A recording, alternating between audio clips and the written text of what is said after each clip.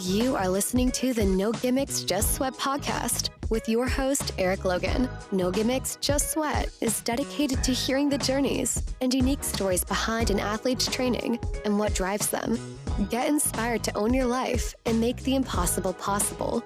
If you enjoy the show, please subscribe so that you never miss an episode. Also, please take a few seconds to rate the show and drop me a review. Now, let's get started with the show. Hello, welcome to the podcast, and today we have Monica Huson on the line. How are you doing, Monica? I'm doing well. How about you? I am wonderful. Bright, sunny day outside, at least here in Atlanta it is. Yep, we've got sun too. Should be pretty warm day. Maybe not as warm as yesterday when I was on the track, but that's okay. At least it's not raining. That's the good thing. Yes. But down here, that could kind of change. You know, it starts off morning, always starts off kind of sunny, maybe a little clouds. But then this week, it's pretty much been rain in the afternoon. Gotcha. Yeah, we've not had so much of that.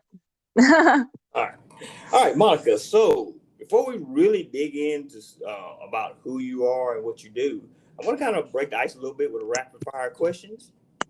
All right. You ready? I'm ready. All right. Morning runs or evening runs? Morning. All right. Running solo or running with a group?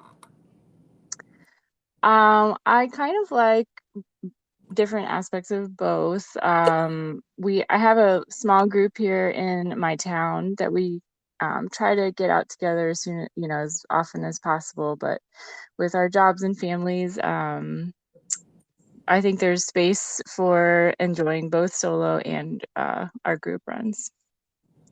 Okay. All right. Running on a treadmill or running outside? I would rather run outside. Who wouldn't want to run outside? What would you say? I said, who wouldn't want to run outside? Well, I don't know. I mean, I'm not sure. I don't know that I've ever heard anybody say treadmill. I think I've had one guest that was like, yeah, I kind of like treadmill. But I think their reasoning was their location and where they live. Oh, gotcha. Yeah. Runs or road runs? Road, 100%. What is your favorite race distance to run? I can't really decide between a half marathon and a full, but it's one of the two. A half marathon kind of leaves a lot of your day left and you're not so tired. But there's nothing like finishing a full. So one of the two. Okay. All right. So between winter, spring, summer, and fall, what's your favorite season to run? I will have to go with either spring or fall. I used to be a summer just diehard, but training in the summer is so just exhausting, and fall is such a nice break from the summer. Yes. And spring is such a nice break from the winter, so I'm going to say either spring or fall. Okay. All right. What is your dream race to run?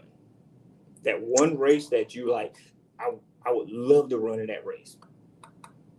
At this point, I would have to say Boston because I have never actually run in Boston. I qualified for 2020, but ran it in my hometown. And so fingers crossed, I'll be in Boston this fall. So. Okay. All right. If you can go on a run with any celebrity, dead or alive, who would it be? It would be Des Linden. I just think she is so like down to earth and hard worker and not a lot of frills or anything like that, and that's kind of how I view myself as far as like work ethic and stuff like that. So that's who I would go with. Nice. Last one. Dream location anywhere in the world you would love to go and do a run at? I I am not a huge, or have not gotten to travel a very, very much.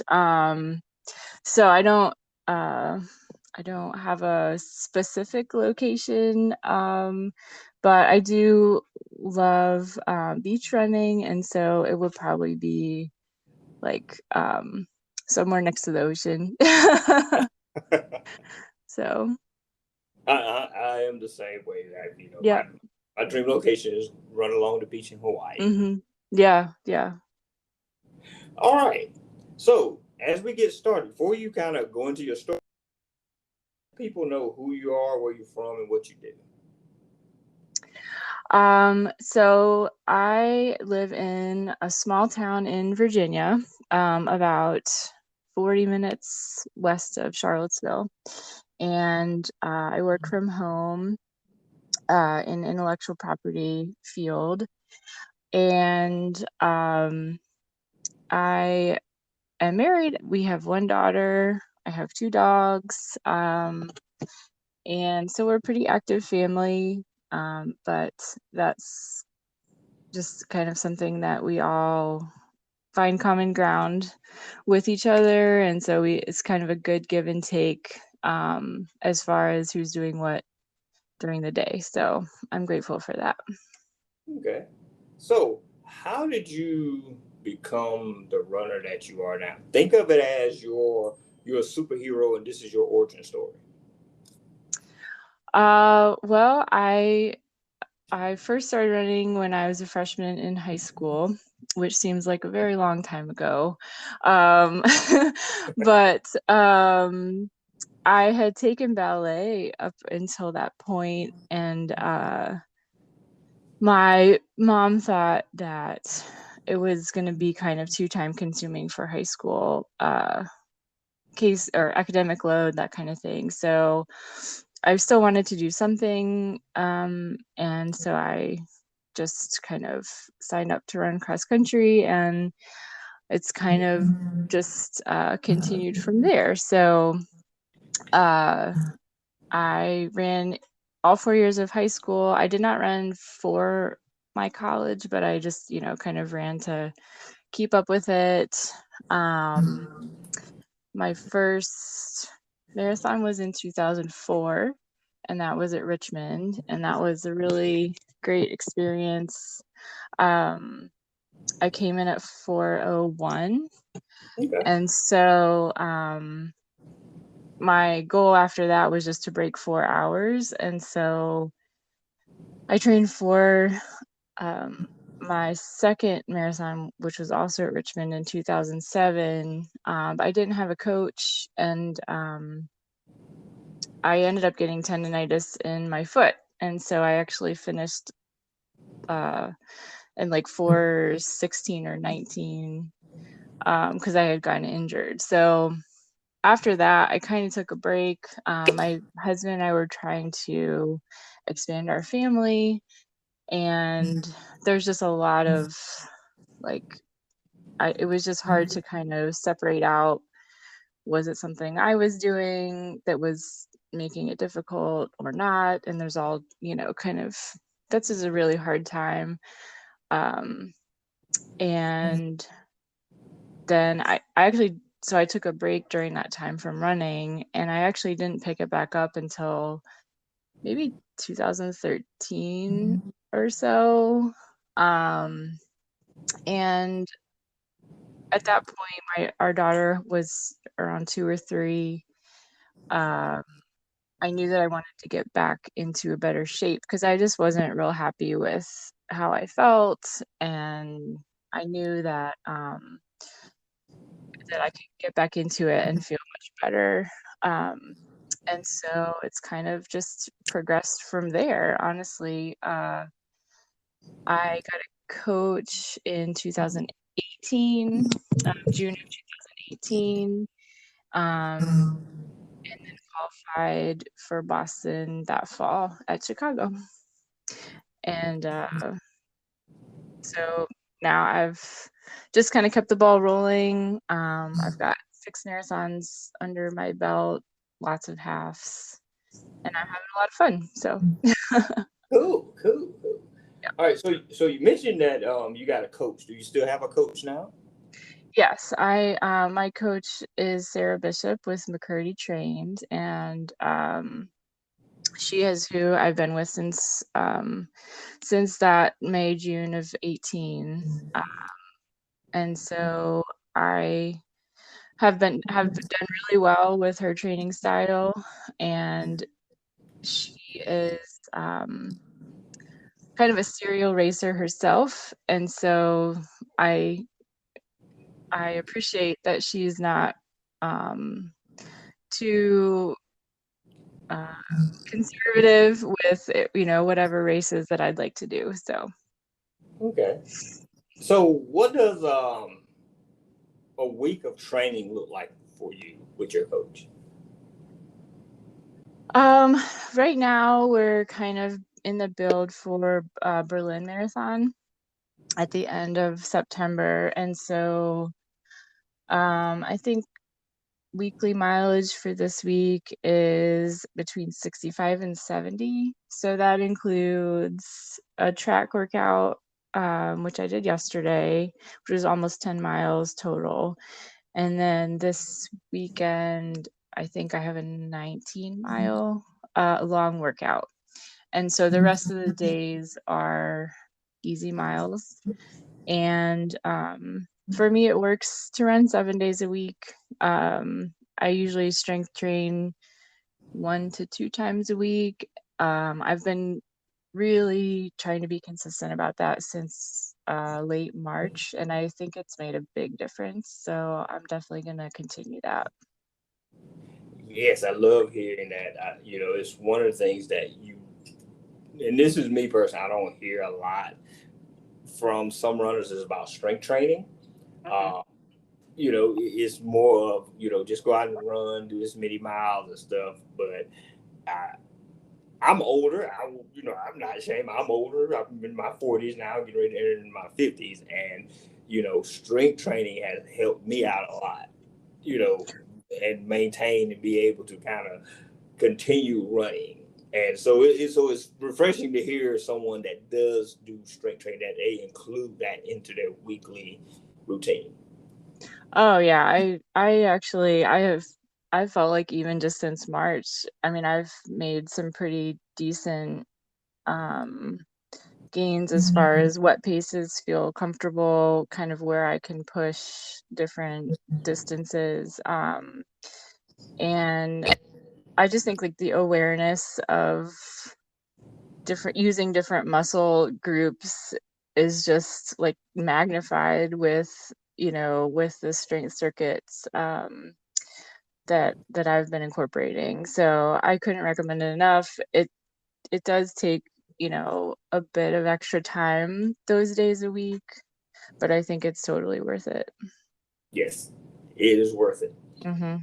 All right, so this is something we might not want to talk about, but it's 2020. The pandemic pretty much threw everything into uh, disarray. You know, no races. Pretty much. Being at home and stuff during that time. So, how did that affect you as far as your training and not being able to race? It was very like a hard stop. um my I was registered for the New York City half, which was last March, and like several other spring races, including Boston. And kind of like the week before the race, the chatter um, was all about like this new coronavirus. Like, are you gonna go to New York? Are you not gonna go to New York? Like, what's this? The status there. And I have an aunt that lives there, and so I was trying to talk to her, like, what's it like in New York? And so eventually I think maybe the Wednesday before they canceled the race, so it wasn't up to me anymore. But I had like gone out to buy like Clorox wipes for the tray table on the plane. So at that point, it was kind of still like, oh, it's like kind of nothing.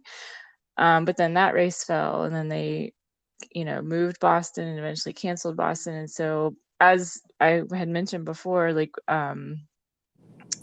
I usually race, or I had raced like pretty frequently. Um, and I really enjoy it. And so not having that was definitely a big shift. But we kind of took a break a little bit, like dropped the mileage a little bit, and then just kind of entered maybe like a maintenance mode. So Mhm. still pretty like decent mileage, but we're just kind of, um, you know, not having like a bigger end goal, just kind of like riding out the storm, so to speak. Right. Um, so it was definitely a shift and something I missed racing quite a bit, especially at first. I mean, you're going from one mindset to a completely different one. Um, but I think um, I think my only race last year in 2020 was the Richmond half. And that was done in kind of a more time trial format. I did do virtual Boston in September also. Okay. But the only official time I think that I got last year was that Richmond half, which I was really grateful that they were so creative to put something like that on, for people that were looking for it. Hmm. Okay. So how has 2021 been for you as far as getting back on track as well as racing? Have you done any races this year? I have. So my first race in 2021 was a half marathon in Greenville, South Carolina, where I got to meet Shawana, which was awesome. She referred to um, Shawana White. And hello, Shawana, yes, listening. See, we're talking about yes. it. And I was just so excited to go and race, and um, they were very careful with, everyone in the crowd had to have a face covering while they were waiting to start, and they had very specific, like spaced out. There were these circles on the pavement that everyone had to be in, and so they did a really great job. It was on a beautiful paved trail in Greenville, um, and it finished in their downtown area, which is just really vibrant and fun. Um, and you could just kind of feel that everyone that was racing was so grateful for the opportunity after not having that in 2020. So that was awesome. And then I returned to Greenville in so the half was, I think, in late February, if I remember right. And then I returned to Greenville in March for a very small marathon put on by my coaching group, actually on the same trail that I had run for the half.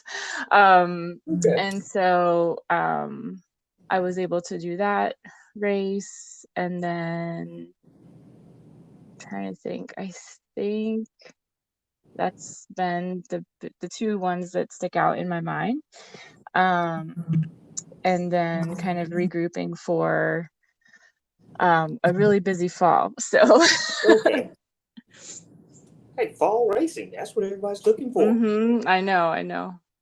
So, um, given that, you have a job, you have family, you're running, how do you find that balance to all, how do you juggle and balance all that together? Some weeks it comes a little bit easier than others. My job is pretty independent, as far as when I'm working. I just have to get my hours in, and so I'm really lucky that way. that I can most days set my schedule so that I can have a bit of time to run in the morning. Ideally, and actually, I used to be a very early morning runner, like 5:30 all the time.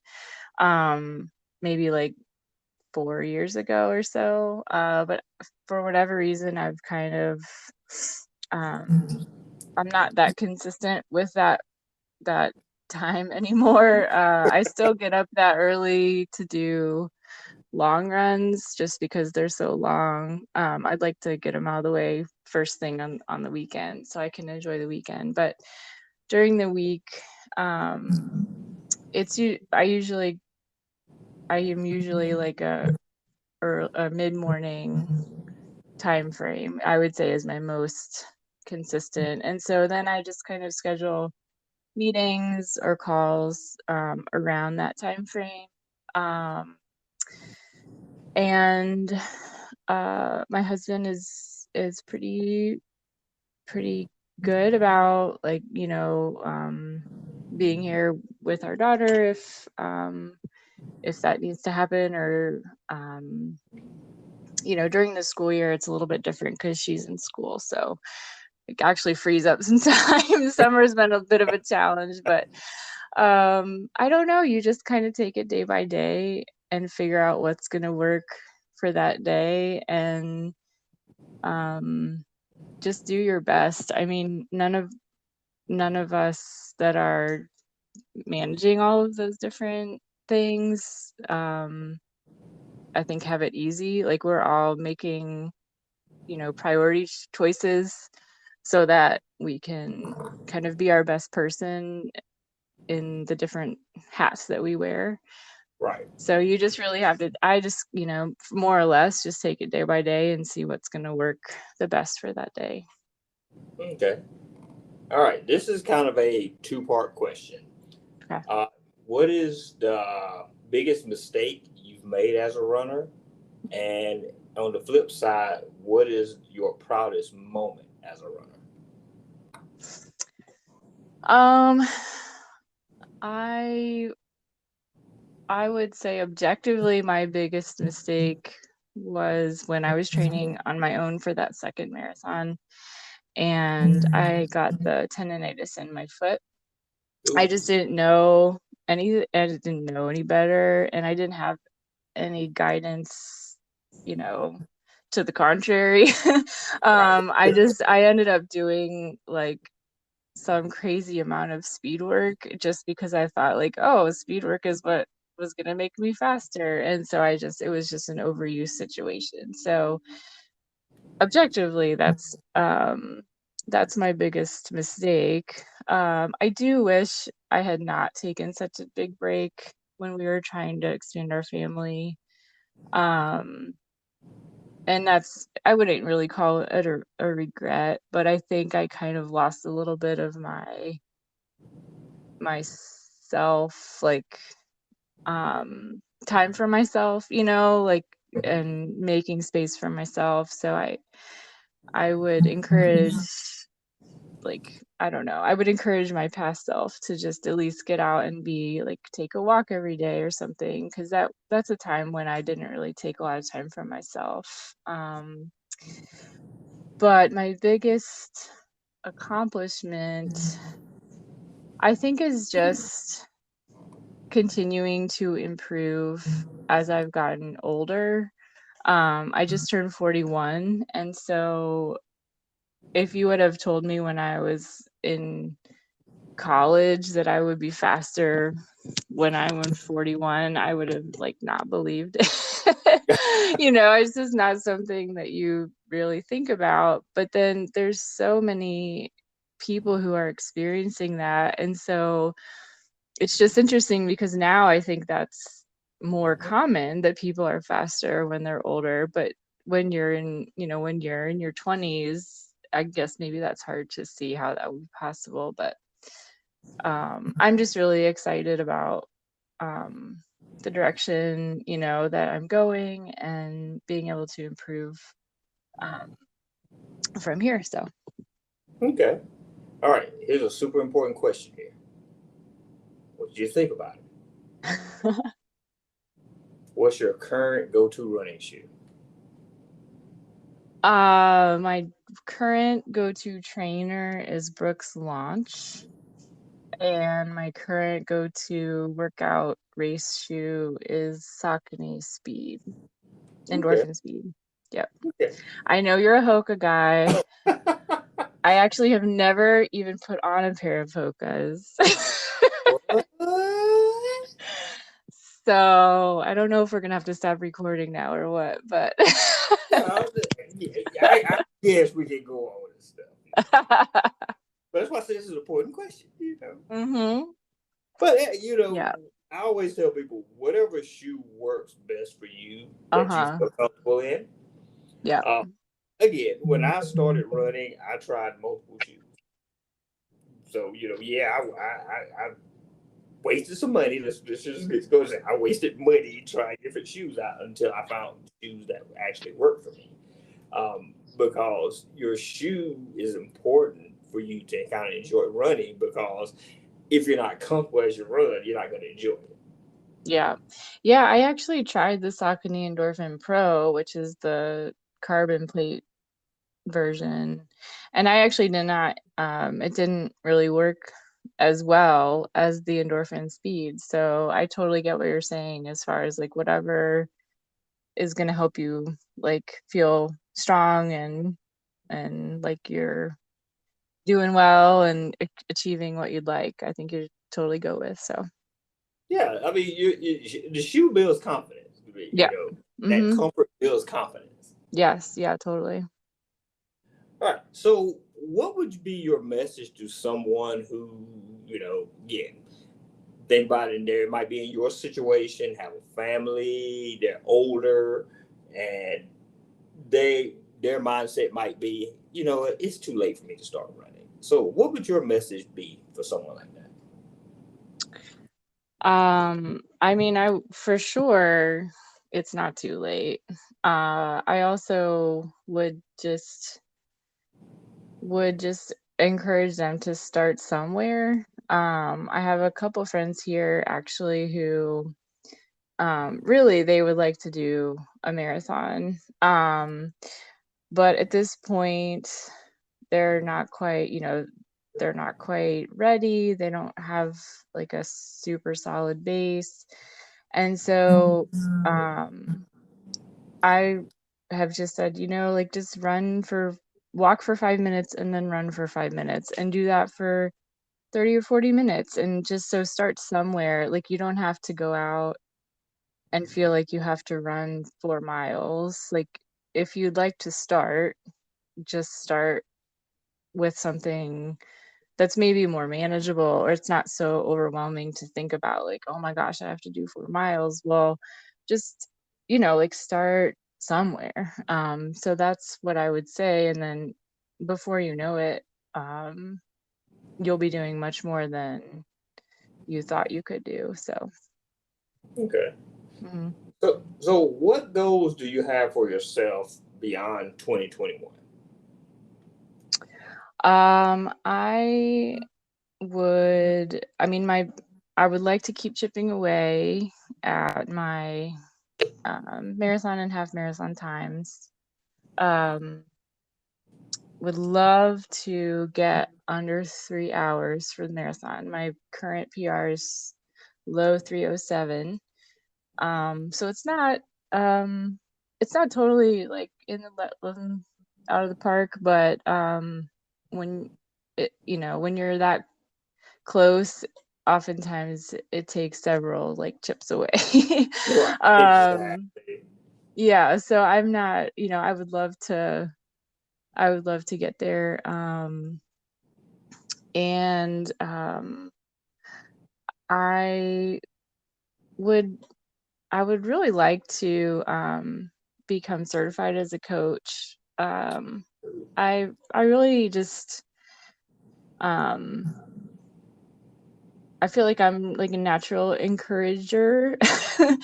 And I know that the sport has really allowed me not only to be physically active, but there's a certain um, benefit with having that time just for yourself, or if you're going to run with someone, like a social time with that other person that's not your work and it's not your family. It's not like kind of other things on your plate. It's mostly just for you. And so I'd really like to be able to encourage people to take that for themselves and to, set their own goals as it relates to that. So it's kind of like been on my goal list for a year or two, and I just really need to finish that off. Uh, you're gonna um, knock it out. yeah. Well, thanks. But yeah, I mean, just keep encouraging your friends to be active and healthy, and I don't know, yeah.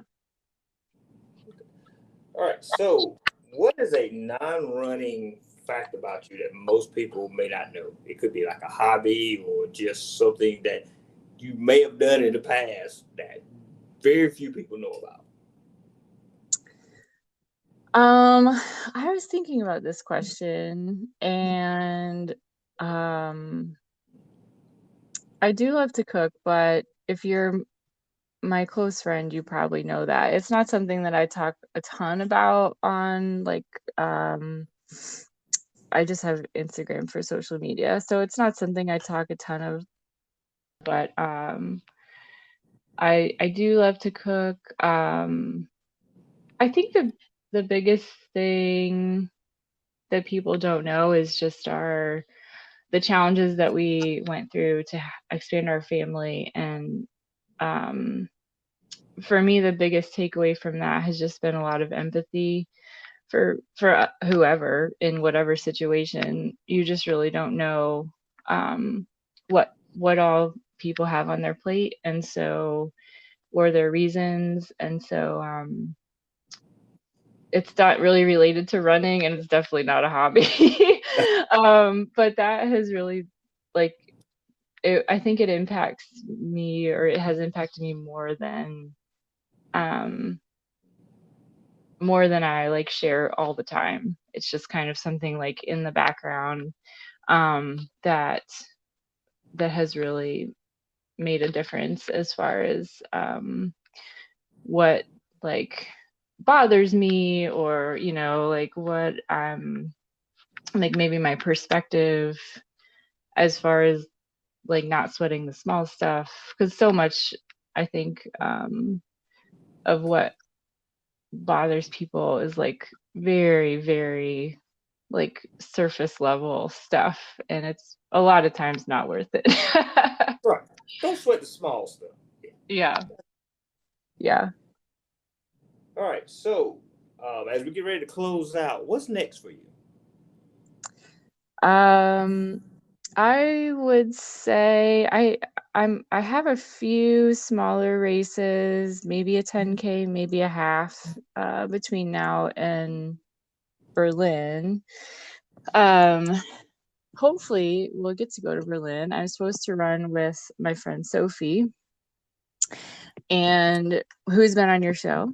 Yes, Sophie's been on the Um, show. See, and Sophie, you're so, listening. We're talking about yeah. you as well. um, so it's been kind of a challenge to figure out when or if to like make flight reservations and that kind of thing. With still kind of the corona restrictions and that kind of thing. But I think we're gonna get to go. So that Fingers would crossed. be Fingers crossed. fingers crossed, yep.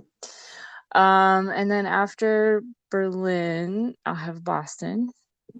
Now I'm very excited about that. And then Yeah. after Boston, I'll have New York. Sweet. And then I will be very tired. I bet you will. I bet. Yeah, yeah. All So right. that's kind of what else is on the schedule for the year so far. So, All right. yep. Monica, it has been awesome having you on the show today.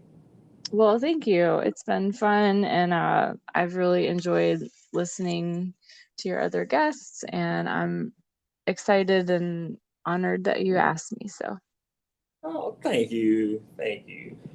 And if people want to get in contact with you or follow you on social media, how can they do so? I am only on Instagram, and my account is Run Happier, and would love to connect with, your listeners, or you know, meet new people on there that hopefully I can meet in, at other races. So yeah, that's where they can find me. Sweet, sweet. All right, Monica, again, thank you for being on the show. You're welcome. I hope you have a good day. All right, you too. Thank All right. you. Bye. Bye bye. Thank you for listening to this episode of the No Gimmicks, Just Sweat podcast. We really appreciate everyone who tunes in each week. If you enjoyed today's show, please support us by subscribing, rating, and reviewing the show wherever you listen to podcasts. And remember to tell your friends about the No Gimmicks, Just Sweat podcast, so we can continue to have awesome conversations with everyday athletes just like you. Until next time, have an amazing week.